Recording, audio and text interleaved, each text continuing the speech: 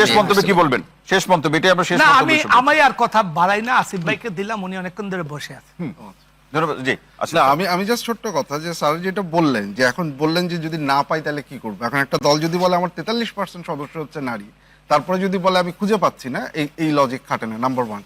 Number 2 হচ্ছে কেন এই প্রভিশনটার উপর কেন কথা বলছি, this is the only provision যেটাতে বলা আছে সাইন করার পরে ইমপ্লিমেন্ট হবে, বাকিগুলোর ক্ষেত্রে সেই জিনিস বলা নেই। তাহলে এইটা হচ্ছে একটা মানদণ্ড, একটা স্ট্যান্ডার্ড, যেটা দিয়ে আপনি বিচার করতে পারেন যে ভবিষ্যতে এই দলগুলা যারা, যে দলই হোক, যারা বলছে যে আমরা এই করবো, আমরা কথা রাখবো কিনা, তার একটা বড় স্ট্যান্ডার্ড হচ্ছে এইটা, এবং সেই স্ট্যান্ডার্ডটা কোনো দলই মিট করতে পারে। জি আব্দুল তুষার ভাই, কিভাবে জনগণ, এটা একটু শুনি, এই প্রসঙ্গে একটু আপনার কাছ থেকে শুনি। কিভাবে জনগণ, এটা তো আমরা এখন বলতে পারবো না। জনগণ যেখানে ভোট দিবে ওই ভোটের ফলাফল সেইভাবে আসবে। জনগণ যে বাক্সে ভোট দিবে সেই বাক্স অনুযায়ী কর্মের প্রতিফল পাবে। জনগণের কর্ম তো ভোট। মুশকিলটা হচ্ছে যে জনগণ কি পাবে। যখন প্রতিশ্রুতি দেওয়া হয় তখন খেয়াল রাখতে হয় যে জনগণকে দেওয়া প্রতিশ্রুতির মধ্যে কোথায় কোথায় ফাঁকি আছে। আপনারা নিশ্চয়ই এরই মধ্যে কতগুলি প্রতিশ্রুতি শুনেছেন, তার মধ্যে একটা হচ্ছে 100 জন লোককে তারা অর্থায়ন করে বিদেশে পাঠাবেন। বাংলাদেশে 100 জন লোক কিসের ভিত্তিতে চিহ্নিত হবে? মানে এই 100 জন ভবিষ্যতে নোবেল পাবে এরকম মেধাবী? কেন রাষ্ট্র শুধু 100 জনকে পাঠাবে? রাষ্ট্রবৃত্তি দিবে যার প্রয়োজন তাকে, 100 জনকে ওনারা পাঠাবেন বলেছেন। তারপরে বলেছেন 10,000 টাকা করে মাসে মাসে বেকারদেরকে দিবেন। 10,000 টাকা করে মাসে মাসে বেকারদেরকে দিবেন, তাও কত? মাত্র 5 লক্ষ। দেশে বেকারের সংখ্যা কত? এই 5 লাখ কিভাবে হবে? এগুলি সব কিভাবে নির্ধারিত হবে জানেন? ওইভাবে। আমি একটা কথা বলে শুধু শেষ করে দেই। এই যে গুপ্ত রাজনীতি নামক যে বিষয়টি রয়েছে না, যেটা এসেছে, যে আগে ছাত্রলীগ এখন তারা ভিপি, তো একটা বিষয় আমি শুধু একটা প্রশ্ন করতে চাই, বুয়েটে কোনো গুপ্ত ছিল না? আবরারকে যখন প্রহার করা হচ্ছে এই গুপ্তগুলা কোথায় ছিল?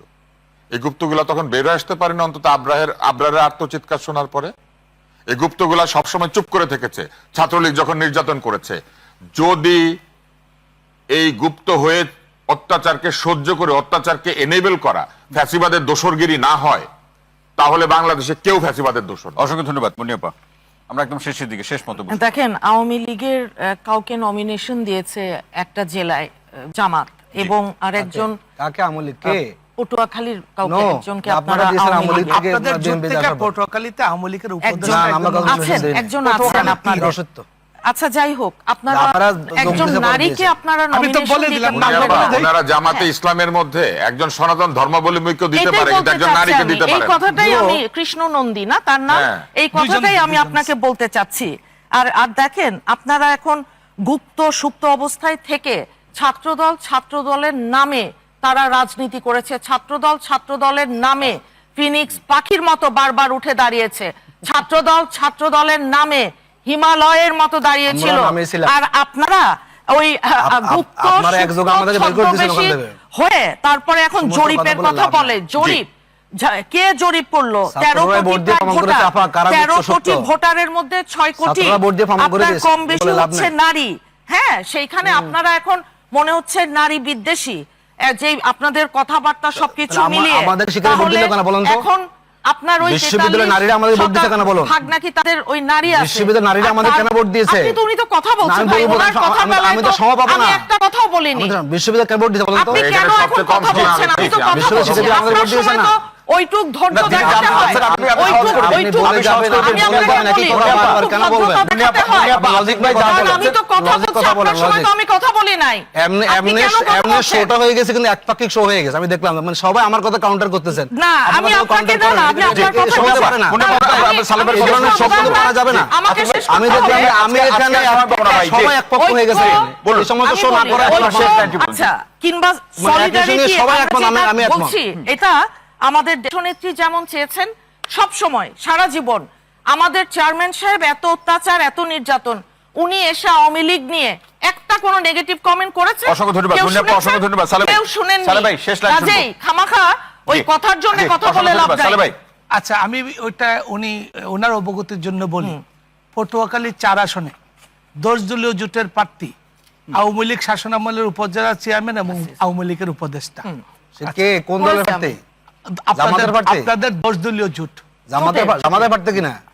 ভাই আমি আপনারা এখন আবার জোটের আচ্ছা, মধ্যে এই- আপনারা আলাদা এই- করছেন। আমরা সময় পাবো না। সালে ভাই, বিএনপির সাথে থাকলে আপনারা আলাদা, আমার জানা নাই। অন্য দলের সাথে থাকলে আমার আলাদা। জানা নাই। আমি যেটা আমি- বুঝতে আপনারা বলেন চাচ্ছি- আমি যেটা বুঝতে চাচ্ছি তো ভাই, আমি একটু শুনে আসি, আপনাদের আমি একটু শুনে আসি। আজকে আচ্ছা আপনার সাথে আপনাদের আছে কৃষ্ণনন্দী কি ছিল তহিদ ভাই আজকে আপনার সাথে আমি কিন্তু একা দেখলাম যে সবাই একসাথে না, কথা কিন্তু বলতেছে। অন্য আলোচক তো বলছে না, আপনাকে এটা- অনেক না, বেশি না, সময় না, দিয়েছি হোক, কিন্তু এই কথা দেখুন না, বলছেন সালে ভাই আচ্ছা, একটু কম তো আমি সবাই পেয়েছি। একসাথে জি। কথা বলতেছেন তো আপনারা আচ্ছা এখানে। আমি কথাটা একটু বলে এভাবে তো আমরা শ্রোতে না আসাই আমরা- ভালো। আমরা- আমরা- আমরা- আমরা শেষ করবো, আমরা শেষ করবো সালে ভাই আমি- শেষ করবো। আমি- দেওয়ার জন্য এসেছি। আপনাদের সময় নষ্ট করতেছেন না না সালে ভাই আমাদের শেষ করতে হবে ভাই। আমাদের মূল বাজেট ছিল হলো প্রতিশ্রুতি নিয়ে জি, তা আমরা যে আলোচনাটা করছি এটাকে সমাপ্তি বলি এই এমন প্রতিশ্রুতি দিও না যাহা তুমি রক্ষা করিতে পারো না। এবং আরো একটা বলি, আমি যেটা আগেও বলছিলাম এটা দিয়ে শেষ করি, এই যে প্রতিশ্রুতি তুমি রক্ষা করবে না